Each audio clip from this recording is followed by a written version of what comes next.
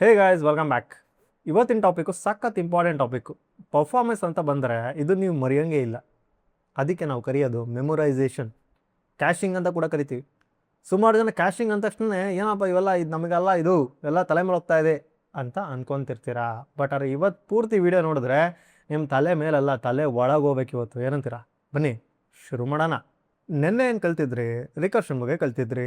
Recursion ಏನು ಮಾಡ್ತಿತ್ತು, ಅದು ಯಾಕೆ ಬೇಕಾಗಿತ್ತು, ಅದ್ರ ಬಗ್ಗೆ ಕಾಲ್ ಸ್ಟ್ಯಾಕು ಹೆಂಗೆ ವರ್ಕ್ ಆಗುತ್ತೆ, ಅವನ್ನೆಲ್ಲ ಇನ್ಫಾರ್ಮೇಷನ್ ತಿಳ್ಕೊಂಬಿಟ್ಟು ಇವಾಗ ರಿಕರ್ಷನ್ನು better than for loop in certain cases ಅಂತ ನೀವು ತಿಳ್ಕೊಂಡಿದ್ದೀರಾ, ಆಯಿತಾ. ಬಟ್ ರಿಕರ್ಷನ್ನಲ್ಲೂ ಕೂಡ ಡಿಸ್ಅಡ್ವಾಂಟೇಜ್ ತುಂಬ ಇದ್ದಾವೆ.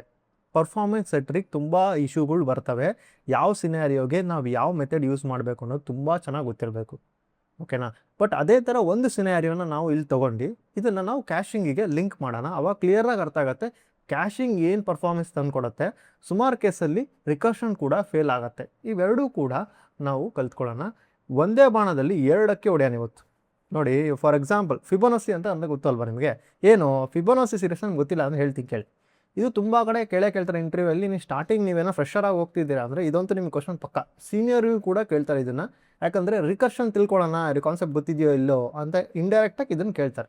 ಓಕೆ, 0 1 1 2 ಈ ಥರ ಹೋಗ್ತಾ ಇರುತ್ತಲ್ಲ ನಂಬರು. ಇದು ಹೆಂಗೆ ಕೌಂಟ್ ಆಗುತ್ತೆ ಅಂದರೆ 0 + 1 ಅಂದರೆ 1, 1 + 1 ಅಂದರೆ 2, 2 + 1 ಅಂದರೆ 3, ಆಯಿತಾ. 3 + 2 ಅಂದರೆ 5. ಈ ಥರ ಹೋಗ್ತಾ ಇರುತ್ತೆ. ಇದಕ್ಕೆ ಫಿಬೋನಸಿ ಸೀರೀಸ್ ಅಂತ ಕರೀತಾರೆ. ಸುಮಾರು ಜನ ಸ್ವಲ್ಪ ಪ್ರೋಗ್ರಾಮಿಂಗ್ ಗೊತ್ತಿದ್ರೆ ಇದು ನಿಮಗೆ ಗೊತ್ತಿರುತ್ತೆ. ನಿಮಗಿದು ಅಕಾಡೆಮಿಕ್ಸಲ್ಲೂ ಕೂಡ ಇರಬಹುದು. ಈ ಮ್ಯಾಟರ್ ತಿಳ್ಕೊಂಡ್ರೆ ಮೇನ್ ಮ್ಯಾಟ್ರ್ ಕರೆಕ್ಟಾಗಿ ಅರ್ಥ ಆಗುತ್ತೆ. ಏನಿದು ಈ ಮ್ಯಾಟ್ರ್ ಅಂದರೆ, ನೋಡಿ, ಫಿಬೋನಸಿನ ಫಸ್ಟ್ ಅರ್ಥ ಮಾಡ್ಕೊಂಬಿಡ.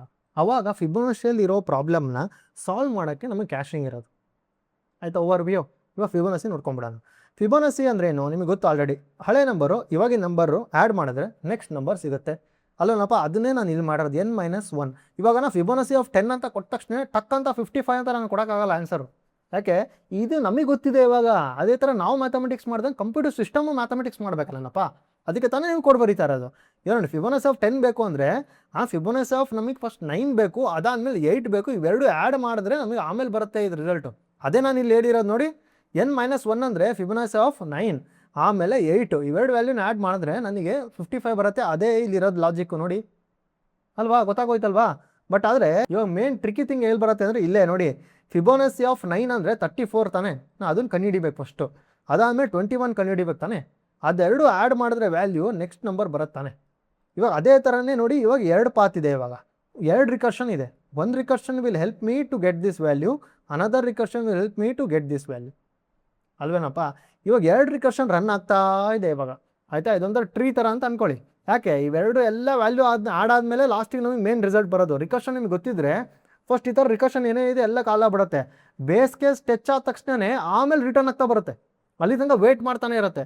ಇಲ್ಲಿ ನೋಡಿ, ಇಲ್ಲೊಂದು ಟ್ರೀ ವೈಸ್ ಹೇಳಿದ್ದೀನಿ. ಇದನ್ನು ನೋಡಿ ನೀವು ಅರ್ಥ ಮಾಡ್ಕೊಳ್ಳಿ. ಫಿಬೋನಸಿ ಆಫ್ 5 ಎಕ್ಸಾಂಪಲ್ ಕೊಟ್ಟಿದ್ದೀನಿ, ಯಾಕಂದರೆ ಇಲ್ಲ ಟ್ರೀ ದೊಡ್ಡದಾಗ್ಬಿಡುತ್ತೆ, ಆಯಿತಾ. ಫಿಬೋನಸಿ ಆಫ್ 5ಅಲ್ಲಿ ಫಿಬೋನಸಿ ಆಫ್ 4 ಗೊತ್ತಿರಬೇಕು, ಫಿಬೋನಸಿ ಆಫ್ 3 ಗೊತ್ತಿರಬೇಕು. ಆವಾಗಲೇ ಫಿಬೋನಸಿ ಆಫ್ 5ನ ಕಂಡುಹಿಡಿಯೋಕ್ಕಾಗೋದು. ಯಾಕೆ?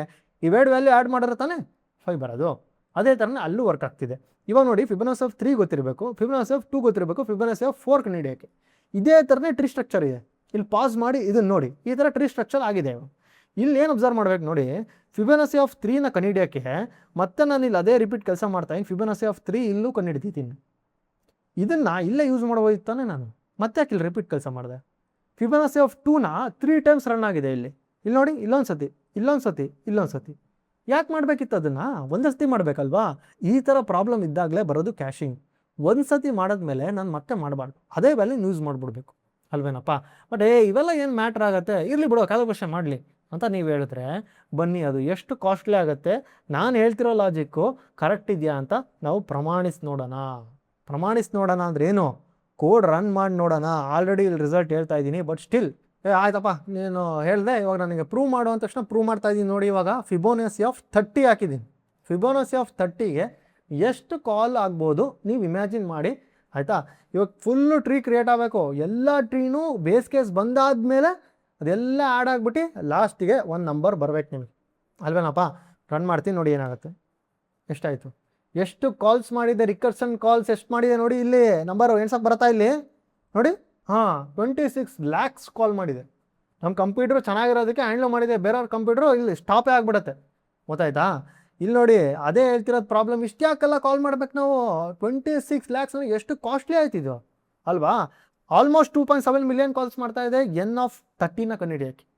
ಆಯಿತಾ? N-50 ಕಂಡುಹಿಡಿಯೋಕ್ಕೆ 40 ಬಿಲಿಯನ್ ಕಾಲ್ ಮಾಡುತ್ತೆ. ಹೆಂಗಿದು ಎಕ್ಸ್ಪ್ಲೋರ್ಡ್ ಆಗ್ತಾ ಇದೆ ನೋಡಿ ಇದನ್ನು. The call grow exponentially because of the redundant competition. ನೋಡಿ ನಿಮಗೆ ಬರ್ತಾ ಟ್ರೀ ಗ್ರೋ ಆಗ್ತಾನೇ ಇರುತ್ತೆ. ನಿಮಗೆ ಎಷ್ಟು 10 ನಂಬರ್ ಇನ್ಕ್ರೀಸ್ ಮಾಡಿದ್ರೆ ಟ್ರೀ ಕಾಲ್ಸ್ ಜಂಪ್ ಆಗ್ತಾ ಇರತ್ತೆ ಇಲ್ಲಿ. ಆಯಿತಾ? ಅದೇ ನೀವು ನೋಡಿರೋದಿಲ್ಲಿ ಬರೇ ಜಸ್ಟ್ ಫಾರ್ 30 ಕಾಲ್ಸು ನೀವು ಈ ಥರ ಬರೆದು ಇಂಟರ್ವ್ಯೂ ಕೊಟ್ಬಿಟ್ರೆ ಅವ್ನು ಇಂಟರ್ವ್ಯೂವರ್ ಇದನ್ನು ಕ್ಯಾಶಿಂಗ್ ಮಾಡಿ ಅಂತಾನೆ. ನೀವು ಕ್ಯಾಶಿಂಗ್ ಅಂದರೆ ಏನೋ ತಲೆ ಮೇಲೆ ಹೋಗ್ತಾ ಇದೆ ಅಂತ ನೀವು ಅನ್ಕೊಂತೀರಾ. ಇವಾಗ ನಾವು ಮಾಡಿ ತೋರ್ಸೋಣ ಇವಾಗ ಕ್ಯಾಶಿಂಗ್ ಹೆಂಗೆ ವರ್ಕ್ ಆಗುತ್ತೆ ಅಂತ. ಆಯಿತಾ?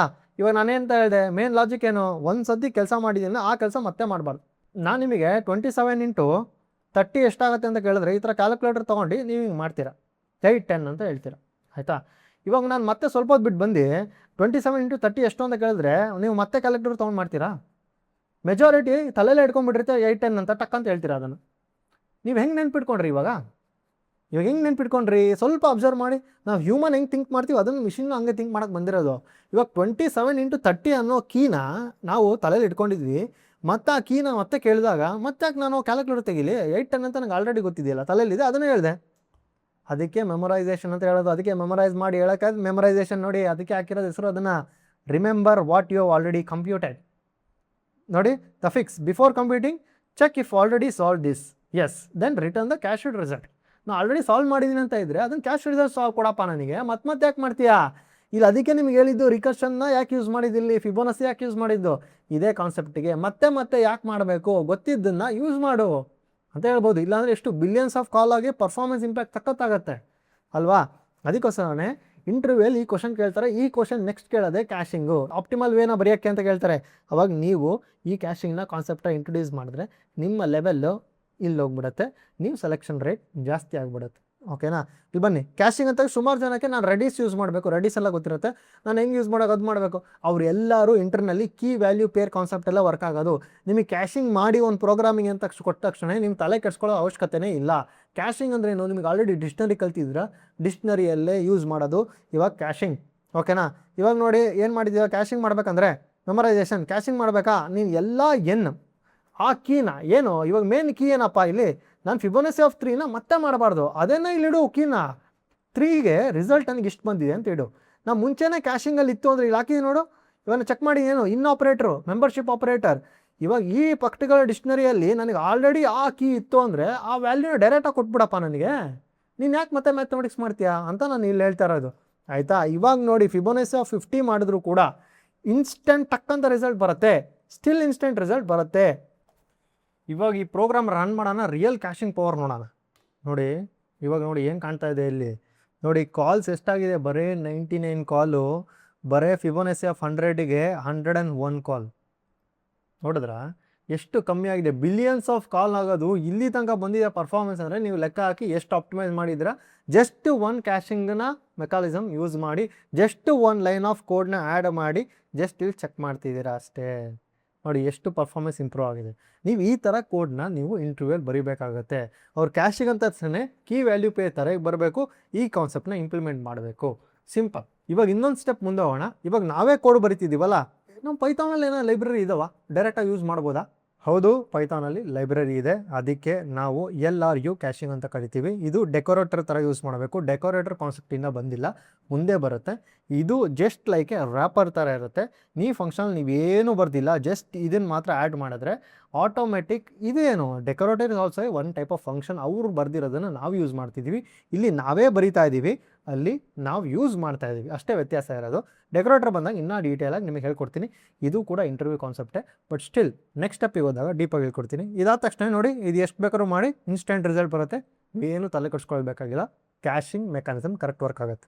ಈ ಕಾನ್ಸೆಪ್ಟ್ ಅರ್ಥ ಆಯಿತಾ? ಇವಾಗ ಕ್ಯಾಶಿಂಗ್ ಅಂದರೆ ಯಾರು ತಲೆ ಕೆಡಿಸ್ಕೊಳ್ಬೇಕಾಗಿಲ್ಲ. ನಿಮ್ಮ ಪ್ರೊಡಕ್ಷನಲ್ಲಿ ಹೋದರೂ ಕೂಡ ಇದೇ ಕೀ ವ್ಯಾಲ್ಯೂ ಪೇರ್ ಕಾನ್ಸೆಪ್ಟೇ ವರ್ಕ್ ಆಗೋದು. ಗೊತ್ತಾಯ್ತಾ? ಇವಾಗ ನೋಡಿ, ಅದೇ ಇಲ್ಲಿ ನಾನು ಹೇಳ್ತಾ ಇರೋದು ಡಿಫ್ರೆನ್ಸ್ ಎಷ್ಟಾಗುತ್ತೆ. ವಿತೌಟ್ ಕ್ಯಾಶಿಂಗು ಫಿಬೋನಸಿ ಆಫ್ 30 ಇಷ್ಟು ಕಾಲ್ಸ್ ಆಗುತ್ತೆ. ಆಯಿತಾ? 2.7 ಮಿಲಿಯನ್ಸ್ ಕಾಲ್ಸ್ ಆಗುತ್ತೆ ಅಂತ ನೋಡಿ, 59 ಕಾಲಿಗೆ ಇಳಿದ್ಬಿಡ್ತು. ಇಲ್ಲಿ ನೋಡಿ ಅಜಗಜಾಂತರ ವ್ಯತ್ಯಾಸ, ಇಮ್ಯಾಜಿನ್ ಮಾಡೋಂಗಿಲ್ಲ. ಅದಕ್ಕೆ ಹೇಳ್ತಿರೋದು ಕ್ಯಾಶಿಂಗ್ ಸಖತ್ ಇಂಪಾರ್ಟೆಂಟು. ಇದು ಫ್ರಂಟ್ ಎಂಡಲ್ಲೂ ಕೂಡ ಕ್ಯಾಶಿಂಗ್ ಮಾಡ್ತಾರೆ. ರೆಂಡರಿಂಗ್ ಆಗಬಾರ್ದು ಅಂತ ನೀವು ಫ್ರಂಟ್ ಎಂಡ್ ಗೊತ್ತಿಲ್ಲ, ತಲೆಕೆಸ್ಕೊಂಬಿಡಿ. ಬ್ಯಾಕ್ ಎಂಡಲ್ಲಿ ಇದೇ ಥರ ಯೂಸ್ ಮಾಡೋಕ್ಕೆ ಕ್ಯಾಶಿಂಗ್ ಮಾಡೋದು. ನಾನು ಒಂದು ಸತಿ ಮಾಡಿರೋದನ್ನು ಮತ್ತೆ ಮಾಡಬಾರ್ದು ಅನ್ನೋದಕ್ಕೆ. ಓಕೆನಾ? ಇವಾಗ ನೋಡಿ, ಅದನ್ನೇ ನಾನು ಹೇಳಿದ್ವಿ, ವಿತ್ ಕ್ಯಾಶಿಂಗ್ ಎಷ್ಟೆಷ್ಟೆಲ್ಲ ಕಾಲ್ ಆಗುತ್ತೆ. ಬರೀ ಇಷ್ಟರಲ್ಲೇ ಕೆಲಸ ಮುಗ್ದೋಯ್ತು. ಅದನ್ನೇ ನಾನು ಹೇಳಿದ್ದೀನಿ ಕಂಪೇರ್ ಮಾಡಿ. ನೀವು ಯಾಕಂದರೆ ಇವಾಗ ಗೊತ್ತಾಗಬೇಕು, ಕಂಪೇರ್ ಮಾಡಿ ನೋಡಿದಾಗ ಕ್ಯಾಶಿಂಗ್ ವ್ಯಾಲ್ಯೂ ಗೊತ್ತಾಗುತ್ತೆ, ಏನು ಇದು ಇಂಪಾರ್ಟೆಂಟಾ ಇದು ಇಷ್ಟೊಂದು ಅಂತ ಹೇಳೋದಕ್ಕೆ. ಇಲ್ಲಿ ನೋಡಿ ಎಷ್ಟು ಕಾಲಿಗೆ ರಿಡ್ಯೂಸ್ ಆಗಿದೆ, 40+ ಬಿಲಿಯನ್ ಕಾಲ್ ಆಗೋದು ಬರೀ 99 ಕಾಲಲ್ಲಿ ಆಗಿಬಿಟ್ಟಿದೆ. ಅಷ್ಟು ಫಾಸ್ಟಾಗಿದೆ, ಹೇಳೋಕ್ಕೆ ಬರಲ್ಲ, ಇದು ಅಷ್ಟು ಫಾಸ್ಟ್ ಇದೆ ಅಲ್ವಾ. ನೋಡಿ ಅದಕ್ಕೆ ಹೇಳ್ತಾ ಇರೋದು, ಇದು ಎಲ್ಲ ತುಂಬ ಕ್ರೂಷಿಯಲ್ ಪಾಯಿಂಟ್ಸು, ನೀವು ತುಂಬ ಚೆನ್ನಾಗಿ ತಿಳ್ಕೊಬೇಕಾಗುತ್ತೆ. ಪ್ರೊಡಕ್ಷನ್ ಈ ಕ್ಯಾಶಿಂಗ್ ಯೂಸ್ ಮಾಡ್ತೀವಿ, ಕ್ಯಾಶಿಂಗ್ ಇಲ್ಲ ಅಂದರೆ ಯಾವ ಕೋಡು ಬರೆಯಲ್ಲ ನಾವು, ಯಾಕಂದರೆ ಪರ್ಫಾರ್ಮೆನ್ಸ್ ಇಂಪ್ಯಾಕ್ಟ್ ಆಗುತ್ತೆ. ಒಂದು ಇನ್ಬಿಲ್ಟ್ ಲೈಬ್ರರಿ ಯೂಸ್ ಮಾಡ್ತೀವಿ, ಇಲ್ಲ ಅಂದರೆ ನಾವೇ ಮ್ಯಾನ್ಯಲ್ ಕ್ಯಾಶಿಂಗ್ ಮಾಡ್ತೀವಿ, ಇಲ್ಲ ರೆಡಿಸ್ ಯೂಸ್ ಮಾಡ್ತೀವಿ. ಗೊತ್ತಾಯ್ತಾ, ಇದೇ ಥರನೇ ವರ್ಕ್ ಆಗೋದು. ನಿಮಗೆ ಪ್ರಾಕ್ಟಿಕಲ್ ಅಸೈನ್ಮೆಂಟ್ ಕೊಟ್ಟಿದ್ದೀನಿ, ನೀವೇ ಕೈಯಾರೆ ಅದನ್ನು ಮಾಡಿ, ನೀವು ಹೇಳಿದ ಕಾನ್ಸೆಪ್ಟ್ ಅರ್ಥ ಆಯ್ತಾ, ಇದನ್ನು ನೀವೇ ಮಾಡಿದಾಗ ನಿಮಗೆ ಇಂಟರ್ವ್ಯೂಲ್ಲಿ ಟಕ್ಕಂತ ನೆನಪಾಗ್ಬಿಡುತ್ತೆ. ಇಲ್ಲ ನೆನಪಾಗಲ್ಲ, ನಮ್ಗೆ ಗೊತ್ತಿದೆ ಅಂತ ಇರ್ತೀರಾ, ಆಯ್ತಪ್ಪ ಗೊತ್ತಿದ್ರೆ ಹೇಳು ಅಂತಾರೆ ಅವರು. ಆಯಿತಾ, ನೀವು ಇದೇ ಹೇಳು, ಗೊತ್ತಿದೆ ಅವ್ರು ಗೊತ್ತಿದ್ರೆ ಹೇಳು, ಇಲ್ಲೇ ಸ್ಟ್ರಕ್ ಆಗಿ ಆಮೇಲೆ ಎದ್ದೋಗು ಅಂತಾರೆ ಅವರು ಅಲ್ವಾ. ಹಂಗಾಗಿ ಅವೆಲ್ಲ ಬೇಡ, ನಾವು ಕಲ್ತ್ಕೊಂಬಿಡೋಣ ಕ್ಲೀನಾಗಿ. ಕ್ಯಾಶಿಂಗ್ ಕಾನ್ಸೆಪ್ಟ್ ಅರ್ಥ ಆಯ್ತಾ, ಇದೇ ಥರ ಲಾರ್ಜ್ ಸ್ಕೇಲಲ್ಲೂ ಇದೇ ಯೂಸ್ ಮಾಡೋದು ಗೊತ್ತಾಯಿತು. ಇಂಪಾರ್ಟೆಂಟ್ ಕಾನ್ಸೆಪ್ಟ್ ಇವತ್ತು ಕಲ್ತಿದ್ದೀನ ಅಂತ ಅಂದ್ಕೊಂಡಿದ್ದೀನಿ. ಇವತ್ತಿನ ವಿಡಿಯೋ ಇಷ್ಟ ಆಗಿದ್ದರೆ, ತಲೆ ಮೇಲೆ ಹೋಗ್ದೇ ತಲೆ ಒಳಗೆ ಹೋಗಿದ್ರೆ, ನಮಗೆ ಒಂದು ಲೈಕು, ಶೇರು, ಸಬ್ಸ್ಕ್ರೈಬ್ ಮಾಡಿ. See you in the next one.